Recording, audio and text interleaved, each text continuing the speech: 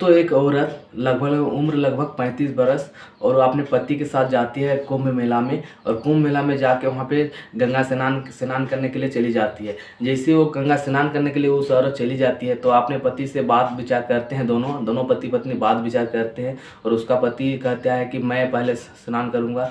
तभी उसका पत्नी कहती है कि नहीं, पहले मैं स्नान करूँगा, आप यहाँ पे बाहर पे खड़े रहिए।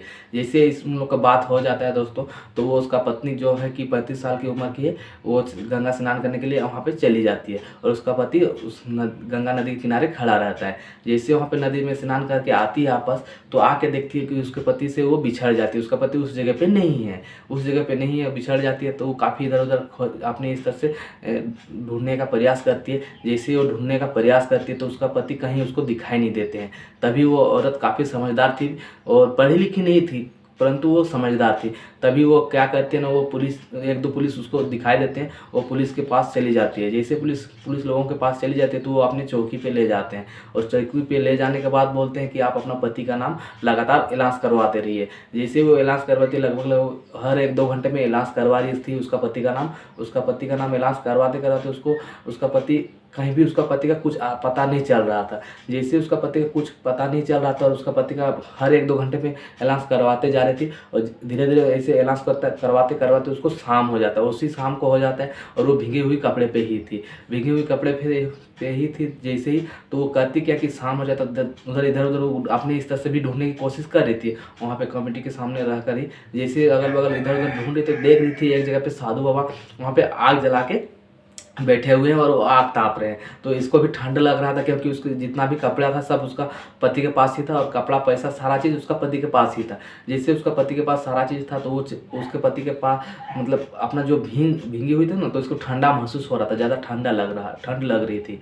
जैसे ठंड लग रही थी तो वो चला जाता है वहाँ पे एक कुटिया पे वहाँ पे ढेर सारे साधु बाबा बैठे हुए थे और वहाँ पे आग ताप रहे थे। तो ये भी आग तापने लगी। जैसे आग ताप रही थी तो वहाँ पे साधु बाबा से बतियाते साधु बाबा उनको बोल रहे कि आपका पति खो गया, तो मैं अपना दिव्य शक्ति से देखता हूँ, अभी 1-2 मिनट में आपका पति आ ही रहे, मैं देख पा रहा हूँ। ऐसे करके वो अपना दिव्य शक्ति से उस औरत को अपने बातें के जालों में फंसा लेती है।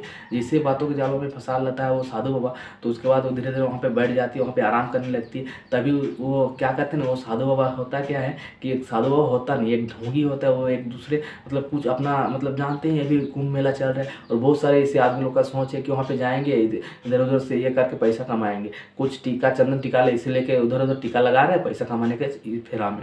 और कुछ ऐसे भी लोग हैं जो कि अपने चाय बेच के लाखों रुपये कमा रहे हैं, करोड़ों रुपये कमा रहे हैं ऐसे अपना वहाँ पे, क्योंकि मेला अभी काफ़ी दिन चलेगा। तो इस हिसाब से वहाँ पे ढेर सारे लोग ऐसे भी गए हुए हैं अपना कुछ अलग मकसद से। तो वो साधु बाबा उसको क्या करता है ना कि उस औरत को एक फल दे देता है। वो फल में वो नशा का पदार्थ मिलाया हुआ था। जैसे नशा का पदार्थ मिलाया हुआ था, वो औरत वो फल को खा लेती है क्योंकि उसको दिन भर कुछ खाई ही नहीं थी, उसके पास पैसा भी नहीं था और उसके पास ना ही कपड़े थे। तो जैसे वो खा लेती है तो खाने के बाद वो अपना धीरे धीरे वो बेहोश होने लगते हैं, क्योंकि उस सेव में जो सेव दिया था, एक फल दिया था, उसमें नशे का पदार्थ मिलाया हुआ था। जैसे वो खा लेती है तो वो बेहोश हो जाती है। बेहोश होने के बाद साधु बाबा जो भी उसका मकसद था, उस मकसद में वो कामयाब हो जाता है। धीरे धीरे उसको अपना जो भी अपना हरकतें था वो सब सारा चीज़ उसको साथ जो कुछ भी नहीं करना चाहिए एक औरत के साथ, वो चीज़ वो साधु बाबा उसके साथ वहाँ पे कर लेता है। करने के बाद लगातार एक दो दिन करते करते उसको लगातार 3 दिन तक रख लेता है।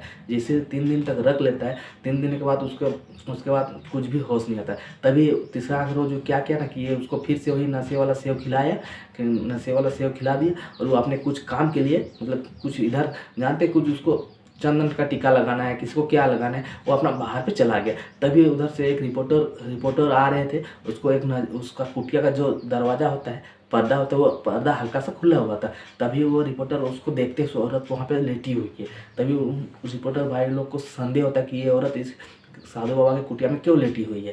तभी उनके पास वहाँ पे जाते हैं और उस औरत को जगाने की कोशिश करते हैं, क्योंकि वो औरत पहले से लेटी हुई थी। जैसे ही जगाने की कोशिश करते हैं तो वो औरत को कुछ भी होश नहीं होता है। आपने एकदम जैसे छू रहे तो जैसे छू रहे वैसे इधर उधर हो रहा है। तो तभी वो रिपोर्टर लोग क्या किया कि वहाँ पे 1-1.5 घंटा इंतजार करने के बाद भी नहीं जगती है। तब जाकर वहाँ पे थाने की चौकी को उन लोग फ़ोन करते हैं। फ़ोन करने के बाद वो चौकी वाले आ जाते हैं, थाने वाले। जैसे वहाँ पे आते हैं तो देखते हैं वास्तव में औरत लेटी हुई बेहोशी की हालत में लेटी हुई है, कुछ भी पता नहीं चल रहा है। तभी उन लोग काफ़ी इंतज़ार करते हैं और अगल-बगल के आदमी लोग वहाँ पे हल्ला हो जाता है और अगल-बगल के आदमी लोग भी वहाँ पे आ जाते हैं। जैसे ही आते हैं और साधु बाबा लोग भी आ जाते हैं, तभी वो औरत धीरे-धीरे वो जाग जाती है। जैसे ही जागती है तो वहाँ पे जो कि होता है ना कि वो साधु आ रहे थे, साधु बाबा आ रहे थे, तो औरत देखी तो पहचान गई कि वही साधु बाबा के साथ तो मैं अभी कितना दिन से थी उसको खुद ही पता नहीं था। तो अभी वो वहाँ पे आई और साधु बाबा को भागने की कोशिश कर रहा था वो साधु। तभी थाने वाले उनको जाके पकड़ लेते हैं, दौड़ा के पकड़ लेते हैं। पकड़ के लाते हैं तो सारा चीज़ उसको मामला समझ में आ जाता है कि इसको किसी भी नशे की हालत में इसको यहाँ पे रखा हुआ है ज़बरदस्ती, इसको कुछ भी पता नहीं है। तभी वो औरत बताती है कि मेरा नाम उर्मिला देवी है और मेरा पति का नाम सौरभ यादव है और हम लोग बिहार के दरभंगा ज़िले के रहने वाले हैं और मैं अपने पति से बिछड़ चुकी हूँ और मैं ढूंढते ढूंढते मैं यहाँ पे पहुँची थी और साधु मेरे साथ 3 दिन से यहाँ पे रखे हुए और साधु 3 दिन से उसके साथ लगातार गलत काम कर रहे थे, लगातार गलत काम करते जा रहे। तभी वहाँ के जितने भी आदमी थे उसको खूब पिटाई करते, खूब पिटाई करने के बाद काफ़ी ज़्यादा पिटाई करने के बाद उसको वो अपना नाम भी बताता है, अपना नाम बताता है और अपना रहने का जगह भी बताता है और वो किसी अलग धर्म के रहने वाला था। तभी उसको खूब पिटाई किया जाता है और उसको थाने पे सौंप दिया जाता है। थाने वाले उसको ले जाते हैं, उसका पत्नी उस औरत को भी ले जाते हैं उर्मिला देवी को, और उर्मिला देवी को भी ले जाते हैं और उसका पति को भी खोजबीन करते हुए सौरभ यादव नाम था और उसका पति भी मिल जाता है। जैसे उसका पति मिल जाता है तो उसका पत्नी को उसका पति को सौंप दिया जाता है और उसके बाद वो जो मुजरिम था, जो साधु बाबा के भेष में एक राक्षस था, दरिंदा था, उसको खूब पिटाई किया जाता है और वहाँ पे थाना पे रख लिया जाता है। उसके बाद उसका पति को दोनों को छोड़ दिया जाता है और अपने उन लोग आ जाते हैं। तो दोस्तों मैं इस कहानी के माध्यम से, कहानी नहीं दोस्तों, एक सच्ची घटना के माध्यम से आप लोग को यही रूबरू कराना चाहता हूँ। जितने भी आप लोग कुंभ मेला में जाने वाले हैं या तो गए हुए हैं या तो जाने की सोच रहे हैं, तो आप लोग साथ में रस्सी लेके जाइए या तो फिर आप लोग एक हाथ में बांध के रखिए, सभी कोई अपने अपने हाथों पे एक ही बड़ा रस्सी लेके या तो फिर एक गोल घेराव टाइप का आप लोग बना के रखिए, ताकि वहाँ पे आप कभी किसी के साथ संगी संबंधियों के साथ बिछड़ ना जाए। अगर बिछड़ जाएंगे तो हो सकता है 1 घंटा में मिले, 2 घंटा में मिले या 2-3 में मिले या तो 3 दिन में मिला, हो सकता है या तो कभी भी ना मिले। बस मेरा यही उद्देश्य था आप लोगों को कहानी का सुनाने का। तो चलिए दोस्तों नेक्स्ट वीडियो में मिलते हैं, तब तक के लिए जय हिंद, वंदे मातरम।